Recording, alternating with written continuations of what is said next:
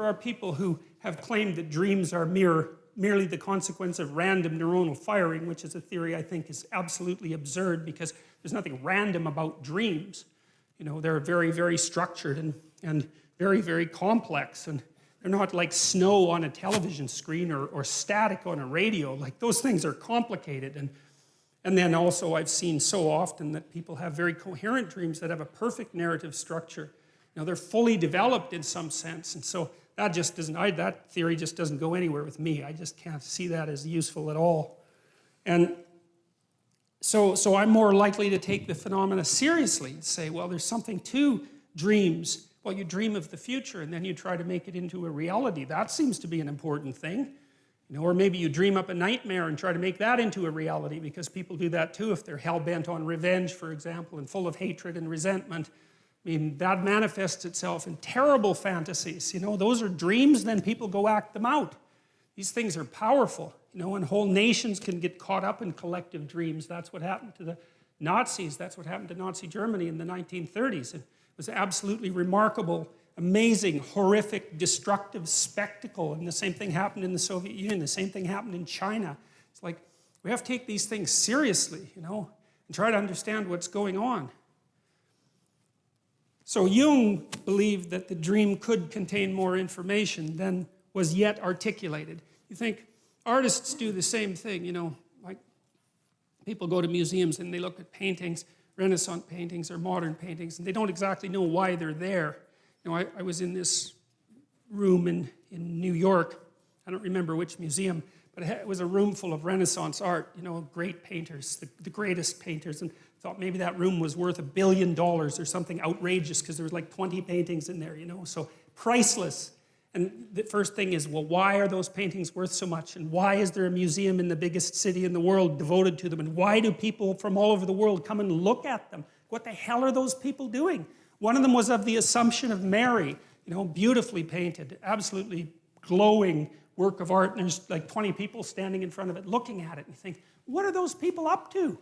You know, they don't know. Why did they make a pilgrimage to New York to come and look at that painting? It's not like they know. Why is it worth so much? I mean, I know there's a status element to it too, but that begs the question, why do those items become such high status items? What is it about them that's so absolutely remarkable? Well, we're strange creatures. So I was trying to figure out in part, well, where did the information that's in the dream come from? Because it has to come from somewhere, and you could think about it as a revelation. You know, because it's like it springs out of the void and it's new knowledge and it's a revelation. You didn't produce it, it just appears. But that's, see, one of the things I want to do with this series is, like, I'm scientifically minded and I'm quite a rational person, and I like to have an explanation for things that's rational and empirical before I look for any other kind of explanation. And I don't want to say that everything that's associated with divinity can be reduced in some manner to biology or to an evolutionary history or anything like that. But insofar as it's possible to do that reduction, I'm going to do that. And I'm going to leave the other phenomena floating in the air because they can't be pinned down. And in that category, I would put the category of mystical or religious experience, which we don't understand at all. So artists observe one another. They observe people and they represent what they see, and they transmit the message of what they see to us, and they teach us to see, and we don't necessarily know what it is that we're learning from them. But we're learning something, or at least we're acting like we're learning something. We go to movies, we watch stories, we immerse ourselves in fiction constantly. That's an artistic production. And for many people, the world of the arts is a living world, and that's particularly true if you're a creative person. And it's the creative, artistic people that do move the knowledge of humanity forward, and they do that with their artistic productions first. They're on the edge, and the dancers do that, and the poets do that, and the visual artists do that, and the musicians do that, and we're not sure what they're doing. Like, we're not sure what musicians are doing. What the hell are they doing? Why do you like music? You know, it gives you a deep intimation of the significance of things. And no one questions it. You go to a concert, you're thrilled. It's a quasi-religious experience, particularly if the people really get themselves together and get the crowd moving. You know, there's something incredibly intense about it, but it makes no sense whatsoever. It's not an easy thing to understand. Music is deeply patterned, and patterned in layers, and I think that has something to do with it, because reality is patterned and deeply patterned in layers, and so I think music is representing reality in some fundamental way, and that we get into the sway of that and sort of participate in being, and that's part of what makes it such an uplifting experience. But we don't really know that's what we're doing. We just go do it, and it's nourishing for people, right? I mean, young people in particular, lots of them live for music. It's where they derive all their meaning, their cultural identity. Everything that's nourishing comes from their affiliation with their music and is part of their cultural identity. So that's an amazing thing. The question still remains, where does the information in dreams come from? And I think where it comes from is that we watch the patterns that everyone acts out. We've watched that forever, and we've got some representations of those patterns. That's part of our cultural history. That's what's embedded in stories, in fictional accounts of the story between good and evil, the bad guy and the good guy, and the romance. You know, these are canonical patterns of being for people, and they deeply affect us because they represent what it is that we will act out in the world. And then we flesh that out with the individual information we have about ourselves and other people. And so it's like there's waves of behavioral patterns that manifest themselves in the crowd across time. The great dramas are played on the crowd across time.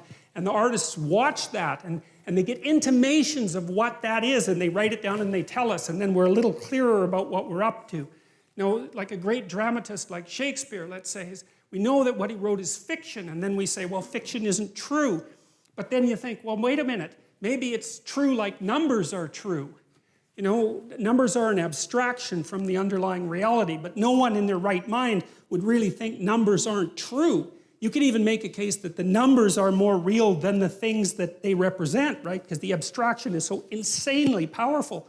Once you have mathematics, you're just deadly. You can move the world with mathematics. And so it's not obvious that the abstraction is less real than the more concrete reality. And you take a work of fiction like Hamlet, and you think, well, is that, it's not true because it's fiction. But then you think, wait a minute, what kind of explanation is that? Like maybe it's more true than nonfiction, because it takes the story that needs to be told about you, and the story that needs to be told about you, and you, and you, and you, and abstracts that out and says, look, here's something that's a key part of the human experience as such, right? So it's an abstraction from this underlying noisy substrate, and people are affected by it because they see that the thing that's represented is part of the pattern of their being. That's the right way to think about it. And then with these old stories, these ancient stories, it seems to me like that process has been occurring for thousands of years. It's like we watched ourselves and we extracted out some stories. We imitated each other and we represented that in drama, and then we distilled the drama and we got a representation of the distillation, and then we did it again. And at the end of that process that took God only knows how long, I think some of these stories, they've traced fairy tales back 10,000 years, some fairy tales, in relatively unchanged form. And it certainly seems to me that the archaeological evidence, for example, suggests that the really old stories that the Bible begins with are at least that old and likely embedded in a prehistory that's far older than that. And you might think, well, how can you be so sure? And the answer to that in part is that cultures that don't change, like the ancient cultures, right? They didn't change as fast as us. They stay the same. That's the answer. So they keep their information moving generation to generation. That's how they stay the same. And so we know, again, in the archaeological record, there are records of rituals that have remained relatively unbroken for up to 20,000 years. It was discovered in caves in Japan that were set up for a particular kind of bear worship that was also characteristic of Western Europe. So these things can last for very long periods of time. We're watching each other act in the world. And then the question is, well, how long have we been watching each other? And the answer to that, in some sense, is, well, as long as there's been creatures with nervous systems. And that's a long time, you know, that's some hundreds of millions of years, perhaps longer than that. We've been watching each other, trying to figure out what we're up to across that entire span of time. And some of that knowledge is built right into our bodies, which is why we can dance with each other, for example, right? Because understanding isn't just something that you have as an abstraction. It's something that you act out, you know? That's what children are doing when they're learning to rough and tumble play, is they're learning to integrate their body with the body of someone else in a harmonious way, learning to cooperate and compete, and that's all instantiated right into their body. It's not abstract knowledge. They don't know that they're doing that. They're just doing it. And so we can even use our body as a representational platform. So we've been studying each other for a long time, abstracting out what is it that we're up to. And that's what is it we're up to? What should we be up to? That's even a more fundamental question. If you're going to live in the world and you're going to do it properly, what does properly mean? And how is it that you might go about that? Well, it's the right question, right? It's what everyone wants to know. How do you live in the world? Not what is the world made of. It's not the same question. How do you live in the world?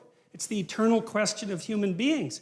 And I guess we're the only species that has ever really asked that question, because all the other animals, they just go and do whatever they do. Not us. It's a question for us.